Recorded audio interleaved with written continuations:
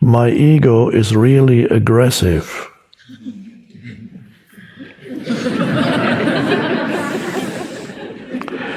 It comes up without me knowing. Only after the ego is gone do I find out. How can I manage my ego sooner?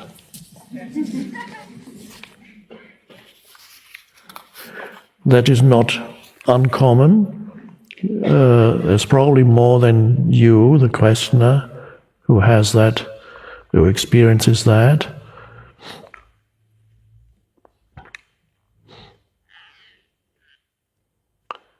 As more presence arises, so first of all, it's important to invite presence into your life in ordinary situations when you're not being challenged by another person. The anger mostly is probably with people or situations, but most situations involve people. So be present when you're out in nature, by not labeling things, by observing in that state of alert attention. And presence then emanates more and more through you. This doesn't mean that necessarily you will, next time the ego comes up being aggressive, it comes up so quickly that you can't catch it in the moment. But as the presence in you grows, manifests more strongly, usually what happens is the time period that elapses after you've been taken over by anger gets shorter, until you reach a point where a few seconds after it's happened, you suddenly realize it's happened again. Whereas before you might have needed several minutes or even an hour. In some cases the next day you realize, what was that? When you had a huge drama with somebody. Probably involving the pain body. Your pain body is probably predominantly has the anger vibration predominantly. And pain body that is not recognized as pain body becomes part of the ego. In the same way that any thought that you completely identify with becomes part of the ego. In the same way, an emotion that you completely identify with becomes part of the ego. Once you recognize the pain body as the pain body, then it is an energy field in you that still operates, but strictly speaking, it's no longer your ego. Ego can only operate as long as you're unconscious. So, although sometimes people say to me, I'm able to observe my ego now, in the way I use the term ego, that's no longer true. The moment you become aware of your ego, it's not really ego anymore. It is still a behavioral or mental, emotional pattern that operates in you, but you are present when you know that there is this pattern operating in you, then you are not it. It operates in you and you are the space around it, which is the consciousness. You know it's there. Then before it was ego, yes. But when you recognize it for what it is, it's no longer ego. Ego means unconsciousness. Ego means complete identification. So whatever you recognize in yourself isn't really ego anymore. And so then, as presence grows in you, you reach a point when immediately after this episode, pain body episode, anger episode has just happened, you suddenly realize, oh, it happened again. And then, I predict, if it hasn't happened to you yet, it will. A time comes, perhaps very soon, when in the middle of it, it already has taken you over, and you're shouting at someone, and in the middle of it, you realize what's going on, that you've been taken over by that. You still may not be able to stop it, don't have to, but the awareness is there in the middle of it. And that may happen many times. And then you may find the awareness is there just the moment it begins to arise.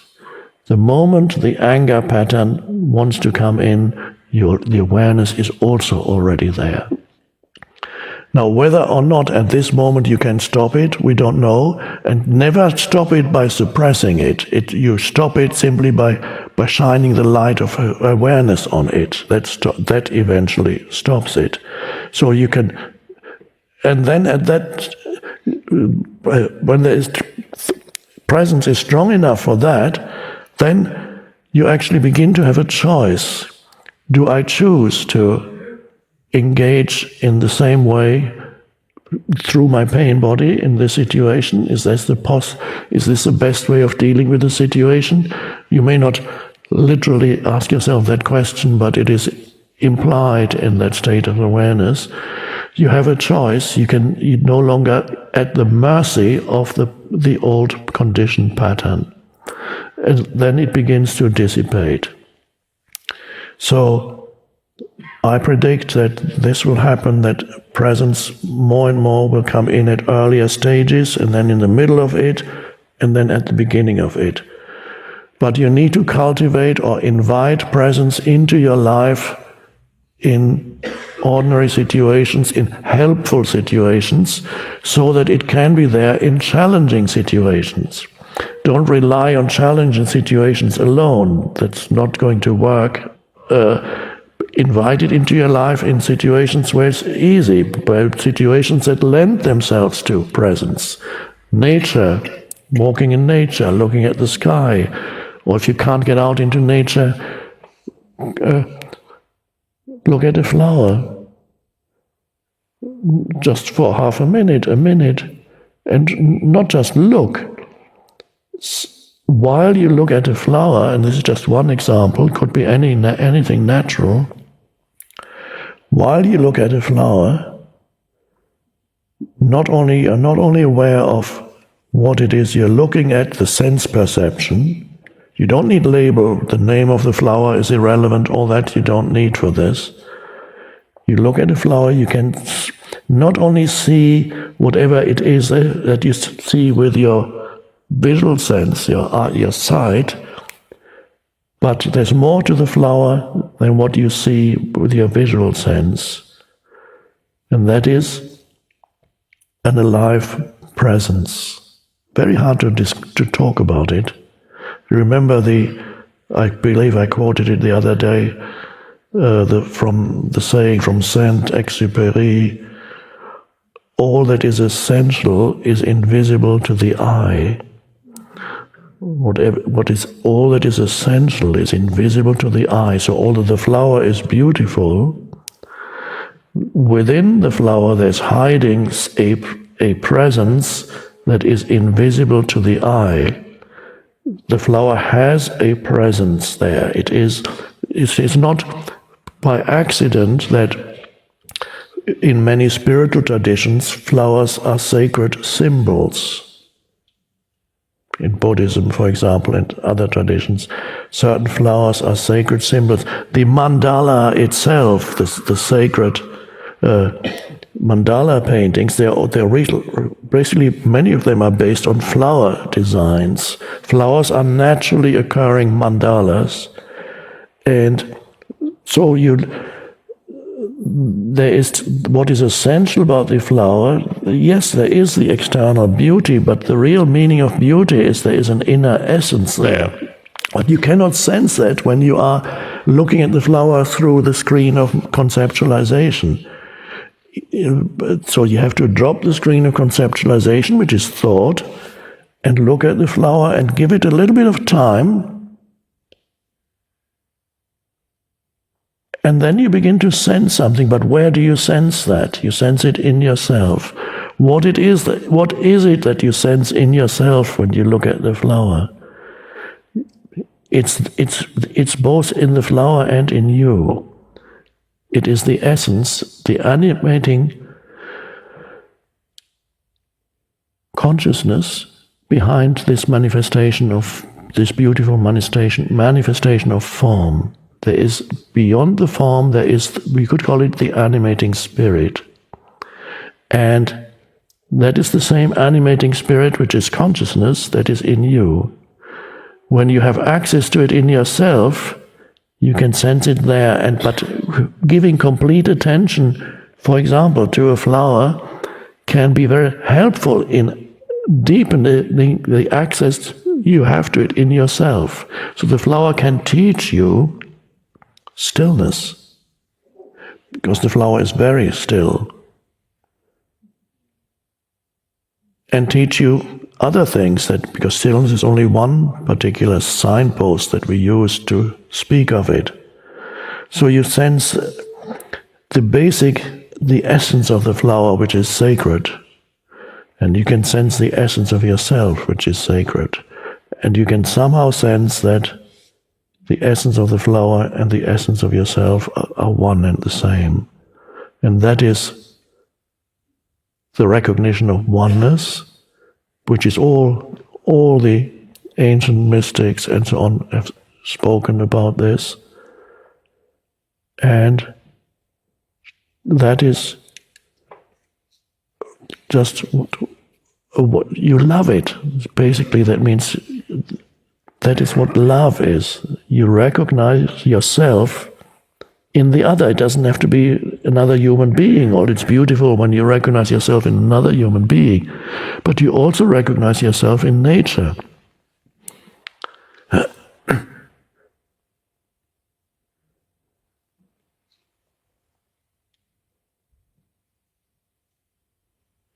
So this is important, because that brings, so allow nature to teach you stillness.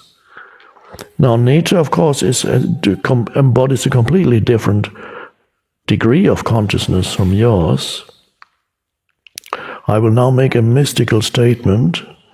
You don't have to believe it.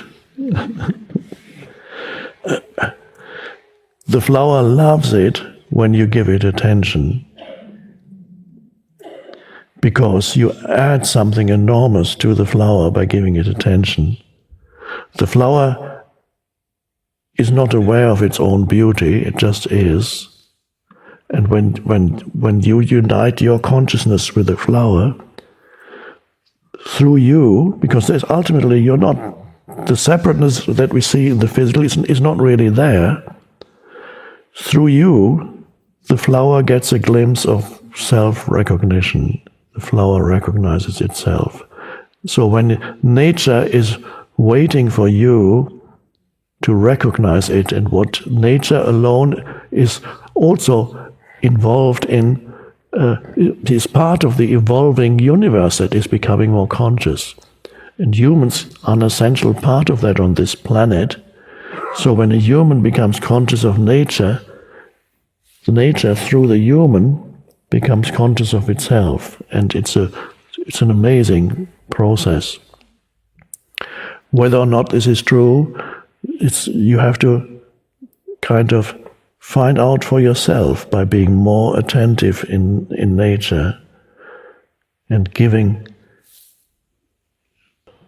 honoring what's there, and as much as possible relate to nature without the screen of knowledge. When you need it, it's fine. If a child asks you, what's the name of this flower? You tell the child what the name is, but hopefully you don't say, this is a rose. Hopefully you say to the child, it's called a rose. There's a very big difference between saying, this is a rose, because that would be saying to the child that this concept is what it is, that the sound rose is that. No, it's only a name. The name of it is rose. And so to prevent the child from getting lost in concepts at an early age, always, once you've taught a word, always bring the child back to the actual experience of it, so that the child does not come to the misperception that the name of the flower is the flower. There's a depth to the flower that gets totally covered up when you mistake the name for the flower. So that's why when you truly want to see it, you have to remove the mental label, and you can only do that by being present. The alertness rises, and then you communicate, you relate to the flower without the screen of concepts.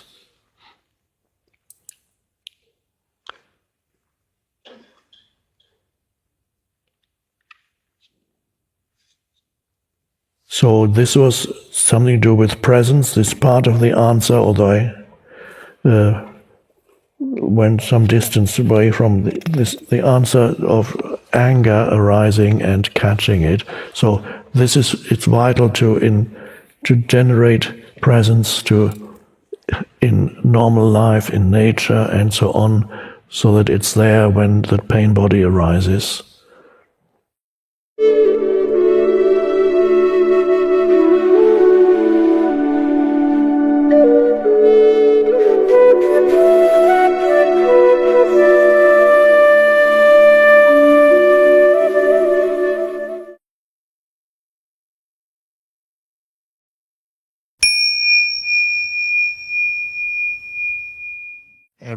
Every human life of the human entity it goes like a spark of light on the surface of the planet, and it goes. That was it? Yes.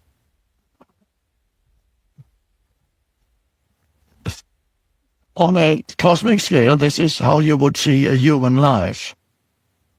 But in that brief spark that arises, something is learned. The one consciousness is undergoing a process of evolution in this dimension. And with each spark, something is learned. And every spark contributes to the growth of consciousness, but no spark has an autonomous existence. It is always connected to the ultimately timeless consciousness, the human consciousness, which is an aspect of the one timeless consciousness. So we are all a spark of the one human consciousness that's evolving. So we are in the middle of this little and then it's gone again, but it doesn't mean anything has been lost in consciousness. Once humanity approaches the end of its evolutionary cycle as separate entities, when it reaches the end, all humans will appear as a single being in the universal consciousness. And this single being, of course, won't have a body. This single being, of course, will not be man or woman. This single being, this single consciousness that has evolved then over a million years, contains the essence identity of all humans that have ever lived. It is basically you. And it will know itself as I, as you. And what its further destiny is, I cannot tell you, but it is connected to the universal consciousness and will contribute and then unite with the universal consciousness.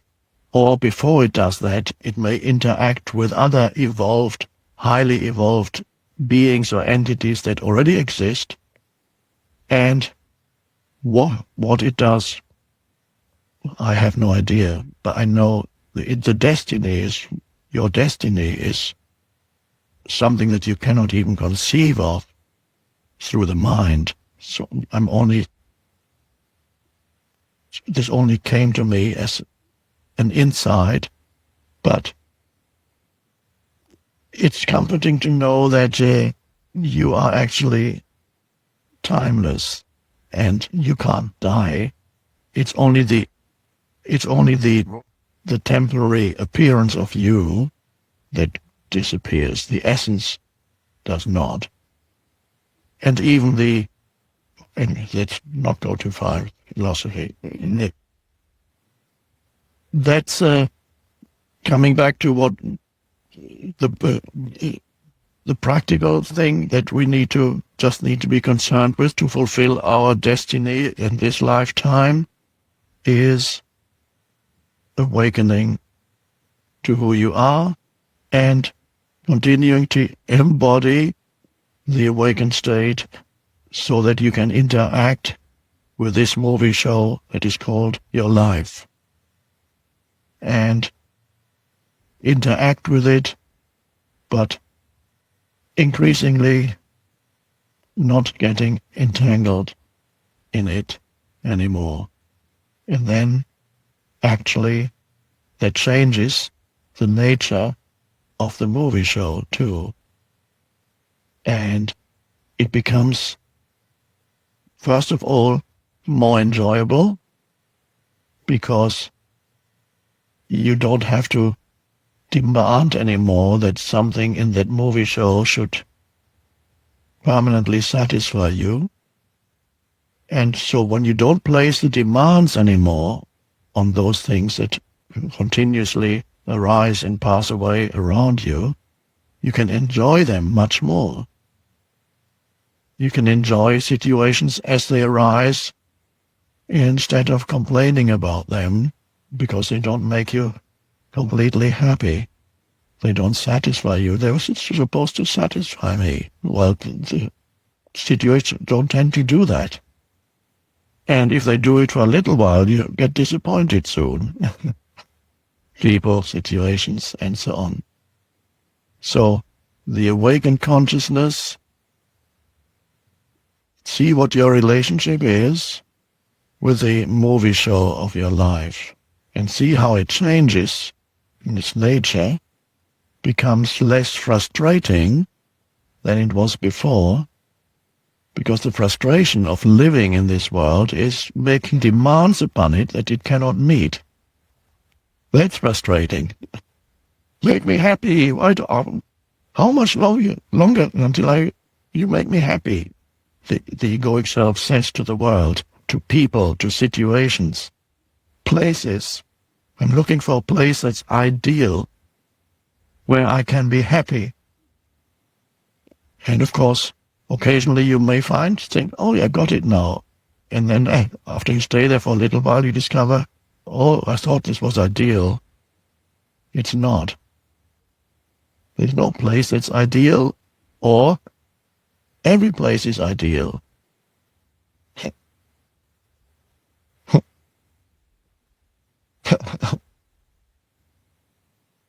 Another wonderful thing you discover as you no longer live exclusively from the level of your personality, but something else shines through the personality, the unconditioned consciousness. You have noticed it here. I mentioned it at the beginning of the retreat. Normally humans are totally conditioned by their upbringing and the culture they grow up in. And when two people from totally different cultures, or sometimes totally different social backgrounds, or whatever it may be, whatever their conditioning may be, religions sometimes. So people have been conditioned either by the surrounding culture, by the religion they grew up in, the particular family environment, all those things that constitute a person's personality. And usually it's the case when you meet people either from totally different social backgrounds, they just can't communicate. You can even go to certain countries in Europe where still stronger divisions between social classes. Then sometimes when you put the so-called, let's say, well, it's beginning to disappear gradually in England too, but there used to be very strong division of classes in England. There was the upper class who talked in a particular way, same language, but talked in a particular way. And then there was the middle class, and there was the lower classes, and they all had their particular way of speaking. To some extent they still have, but more people are going beyond it now. And so you could tell in England when you met somebody, after they opened their mouths, the mind would go, okay, working class. Or they would say, oh, that's upper class, or trying to be upper class, but it's not really upper class. And nowadays in England, you get the phenomenon of people who are born into a quite privileged family background, wealthy and traditionally called upper class. Now some of them are pretending to be working class. They put on a false working class accent because they have certain ideas about social justice and so on. But it's all a game, and it's division between people. And I mentioned at the beginning here, so many people from different countries have come here. And the strange thing is that you probably found, there may be some exceptions, but as a general rule, there was a connectedness that you felt that transcended any kind of conditioning, national, cultural conditioning, religious conditioning, personal conditioning. So, and I mentioned, you might remember at the beginning of the retreat, normally when two people from totally different cultures meet, it's hard to communicate. A Chinese man meets an American person, a Russian person meets an Italian. What if this? Each person is conditioned by their own culture. But as the spiritual awakening happens, something else, the unconditioned self being emerges through the conditioning, and you can here meet people from other cultures and feel a strong sense of connectedness and not the division. To the extent that, let's say you are American, you will probably let's say you meet a person from Russia, a person from India, a person from Egypt, you may feel a stronger connectedness with that person than with any American who is still totally conditioned by their culture, in whom this awakening has not happened yet. And that's a very interesting thing, that there's something that unites you that is far deeper than the relatively superficial conditioning of your particular culture. And that is the way forward for humanity. It's not to carry inside the divisions that arise through the conditioning by particular cultures or religions, but to transcend that so that the transcendent you emerges, and then the divisions between human beings disappear. And that is you can experience it, have been able to experience it to some extent here.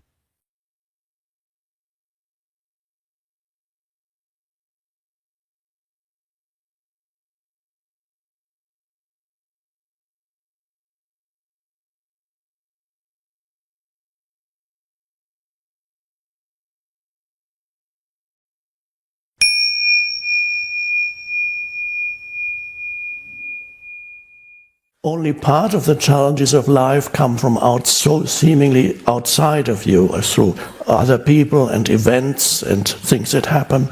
And a very great part of challenges actually come from your own mind. And that is, I would suggest, the greater part of challenges in your life are not through external events, although yes, they also happen, but the greater part of challenges is the unobserved mind, what your mind is doing and saying about your life, the narrative in your mind, and the dysfunction of your mind, the misinterpretations of everything in your mind when you, as we mentioned earlier, when you look at life through the conditioning of your mind, the veil of conditioning, the narrative, and you cannot separate what is from your interpretation of what is.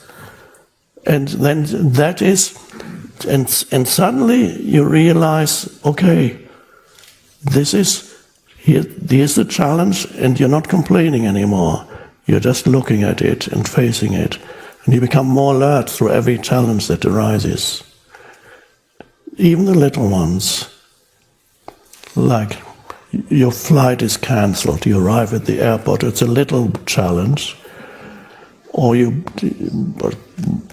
stumble and you fall and you break something. It's a little bit bigger challenge. But the mechanism behind the reactivity is the same. So first you can start with little things that go wrong. Flight is cancelled. It's cancelled. Nobody's telling you what's happening. And there are 50 people angry all around you. So you're either drawn into that or you just, okay. Because you see it as, oh, it's a sign for me to be alert. It's an opportunity for intensified presence. And then you become actually intelligent for the first time, because you access one could say, higher intelligence, and then if a certain action is possible in that moment, you take action.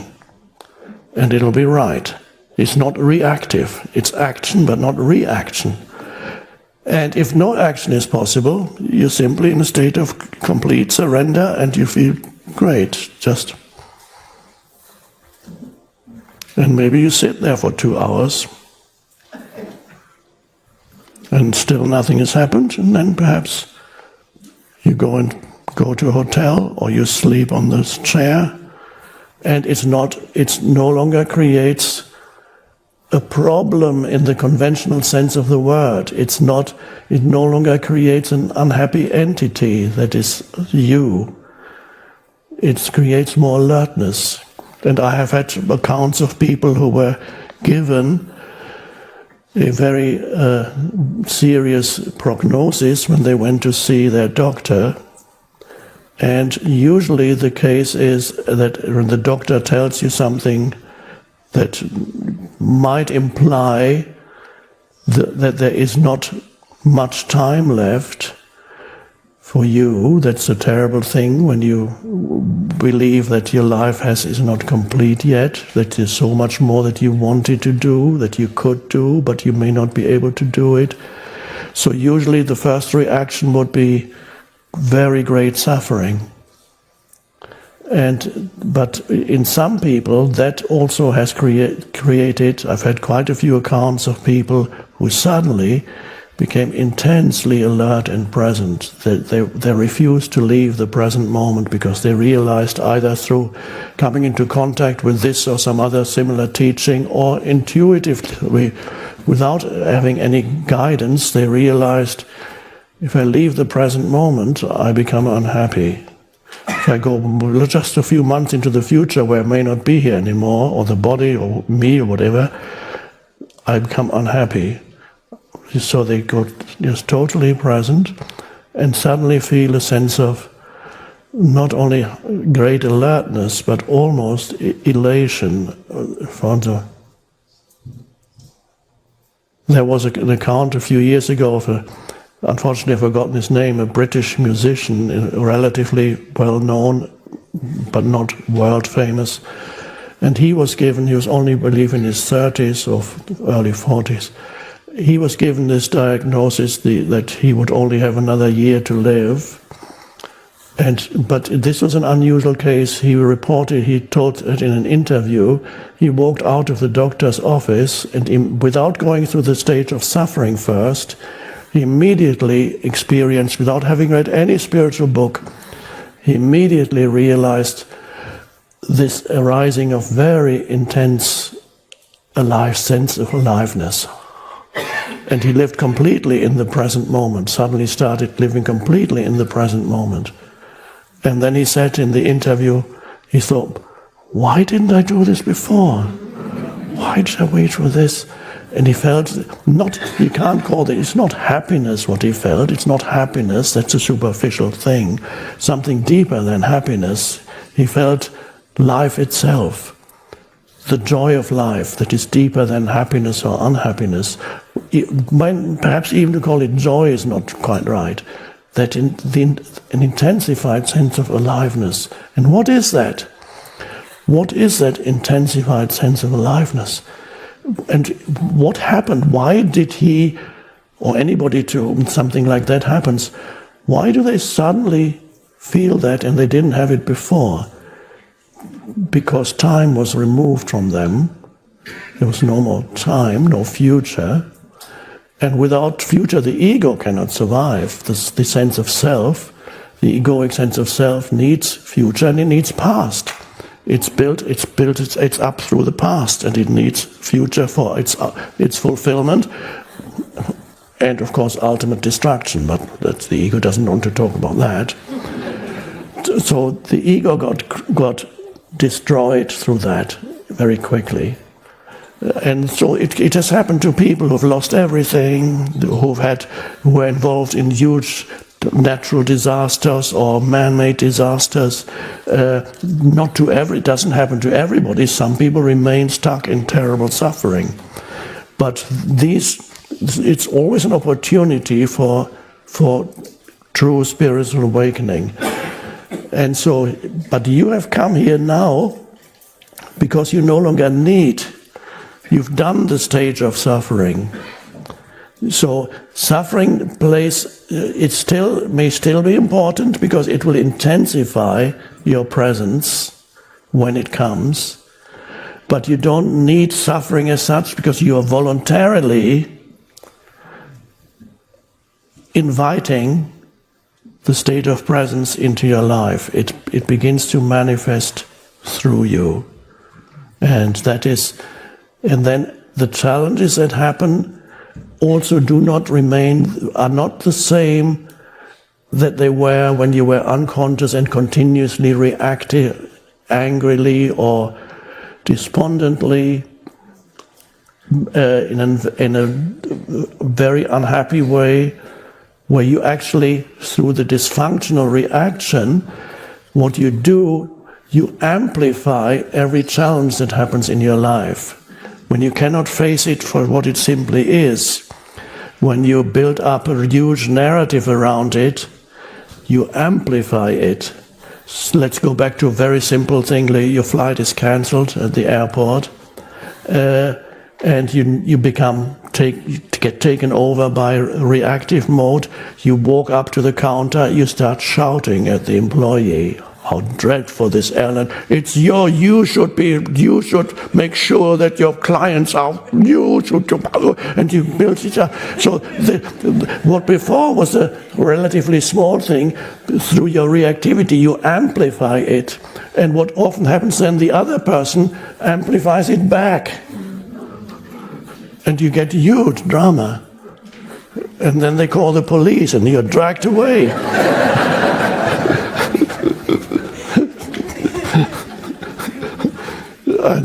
One often reads about people, especially these days in planes, perhaps because the seats are so narrow.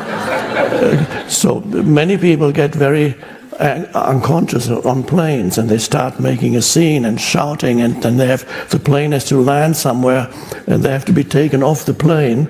And this is a typical example of how something that was a little challenge, you had to sit in this very confined space for 2-3 hours, okay, and you had to sit there, but their level of consciousness, perhaps through excessive intake of alcohol, became even lower than it would be normally. And then the little challenge becomes amplified so much that they end up in prison. And this is just one example of how in human interaction, how humans, they amplify the challenges, and then they get amplified back, and then sometimes even more humans participate in it. And then you get violence and warfare, and it's just the same thing. It happens in one individual, it starts, and then it spreads. And so the way in which you deal with challenges then changes, it's no longer reactive.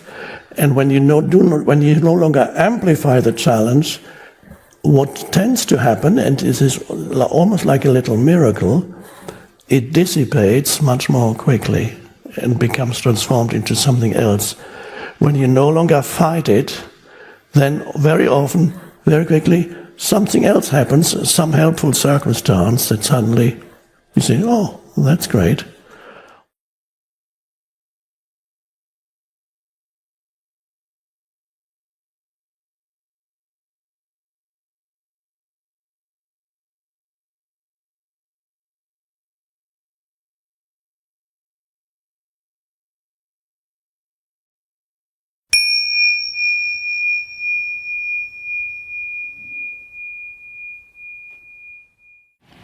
How can we break the addiction to negative thinking? And is there a way we can present this to our youth?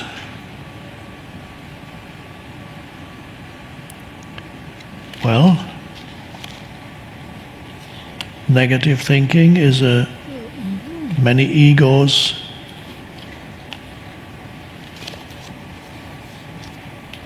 love negative thinking because it strengthens the ego. The pain body also is often involved in it because the pain body can either feed on other people's reactions towards you, which the pain body tries to provoke when it needs to replenish itself, then it feeds on the drama, or it can feed, if there's nobody around, on your thoughts. Negative. Every negative thought it gets in, oh, my life is so fucked up, it's so, God, it's so dreadful, can it get any worse?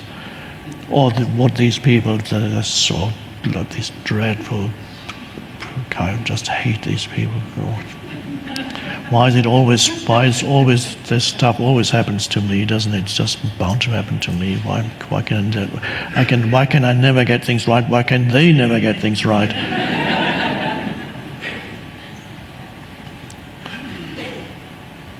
What he did to me, I just can't forget that. Let me tell you about it. Or what I did was so horrible. I can never. I did that 20 years ago. I did that. Terrible thing. God. What's going to happen tomorrow? I don't know. What am I going to say if he says that? What am I going to say then? What if I lose? If I lose that job? I think it's. I might get the sack soon. I have a feeling that I'll be out in the street. I won't be able to pay my mortgage. What can I do?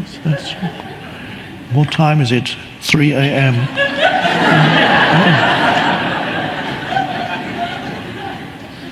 Oh God. Oh, and then there's that other thing. God.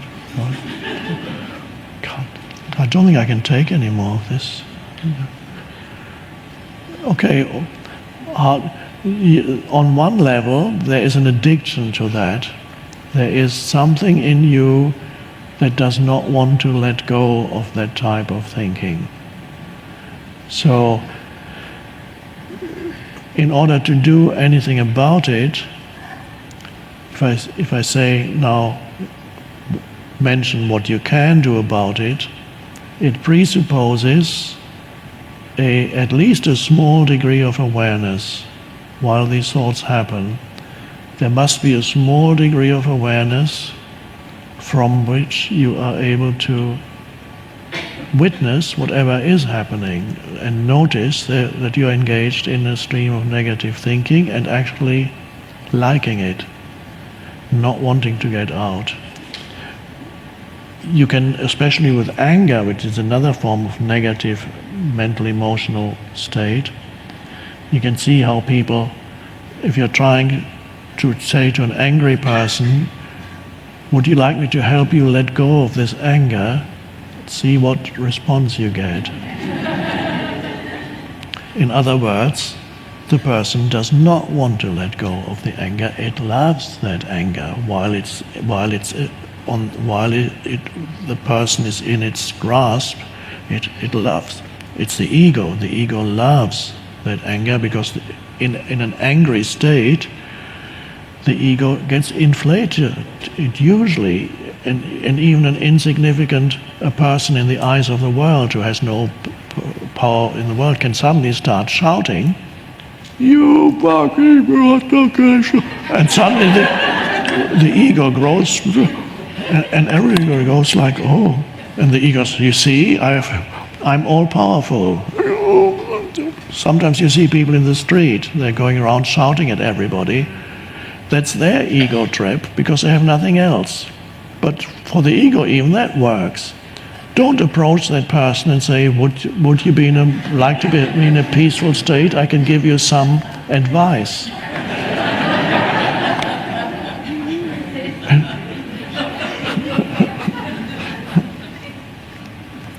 So if I say that what to do about it, it presupposes that you know what's happening to you at that moment, during that time.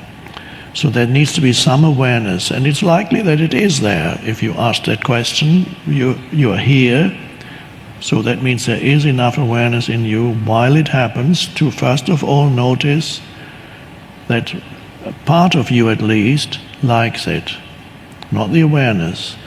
But if you're aware, you realize there's something in me that does not want to get out of it.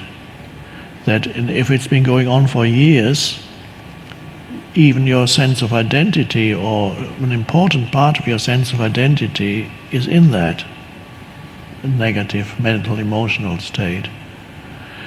Some people have it in the background almost all the time, but they are unaware of it. It becomes part of their identity. And these are people, if you're very sensitive, and sometimes you don't even need to be that sensitive, when you meet a person like that, you can sense in the background there is something waiting for the next thing to be angry about. Or, as somebody once said, a grievance looking for a cause. Now the internet is full of people like that. They love going on there. So the internet has given the ego a new way of expansion, and anybody can go in there and express, find a cause, and then express their grievance.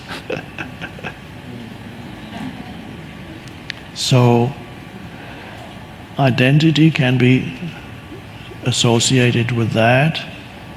If there's awareness, then you can notice while it happens that there's an enjoyment of that negative state.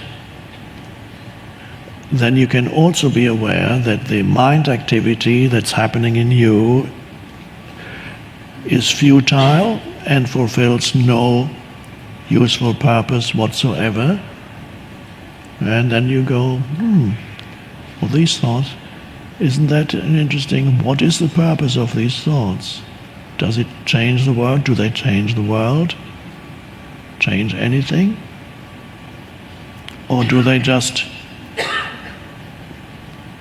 drag me into this hole more deeply? That there is an unconscious belief in the mind also. If I complain enough about something, even if it's only mentally, but especially out aloud, if I complain enough, it's going to change eventually. That somehow it works. If I just show how unhappy I am, then God or the universe or somebody is going to do something about it. So many adults believe what little children sometimes find: when they become really unhappy and start screaming, then they get attention by their parents. They, what's wrong? Before they didn't get any attention, but when they go, I want this, and the mother or father comes, what's wrong? I want this. No, you can't have it. I want this. No. Okay, here it is. And now they've learned a very important lesson, their mind, and that lesson is unhappiness works. And if that is repeated many times in childhood, the adult still has that unconscious belief in their mind, and so they periodically enter states of unhappiness in the unconscious belief that things are going to change if I'm really unhappy. Now, it might work while you're a little child, because your parents can't stand the screaming anymore, so they give you what you want. Some adults never figure out that unhappy states do not work when they're adults, and they continue to practice what they learned as little children for the rest of their lives, never realizing that it doesn't work.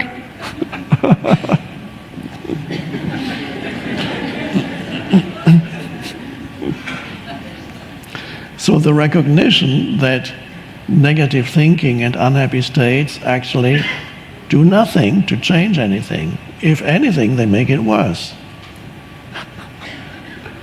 So if there's enough awareness and you can suddenly look at that, and then you can ask yourself from the deeper perspective of awareness, do I want to continue to think these thoughts? Is that helpful or good? Do I really want that? What is it doing? What would it be? How would I experience this situation without it? So you can, as awareness comes in, choice comes in. And then there are moments when you may be able to step out and just be present, and the negative mental emotional stream subsides, but it's not gone yet, because you don't get rid of it that easily. A few moments later, another thought comes into your head, and immediately a new train of negative thinking starts. And you can feel the pull of it. It can be very, very strong, especially if it's been in your life for a long time. You feel the pull of negative thinking. Come this way. This is so familiar. This is where you belong. This is who you are. And then you need awareness. So you can't fight the negative states, because that's another negative state. But you can be aware and see its futility, and ultimately see also how that you are addicted to it. But when you see it, you're not completely addicted anymore. You're only completely addicted when you don't see it. When you see it, you are the awareness. When there's no awareness, you are it. Then you are the ego. Then you are the ego that's addicted to unhappiness.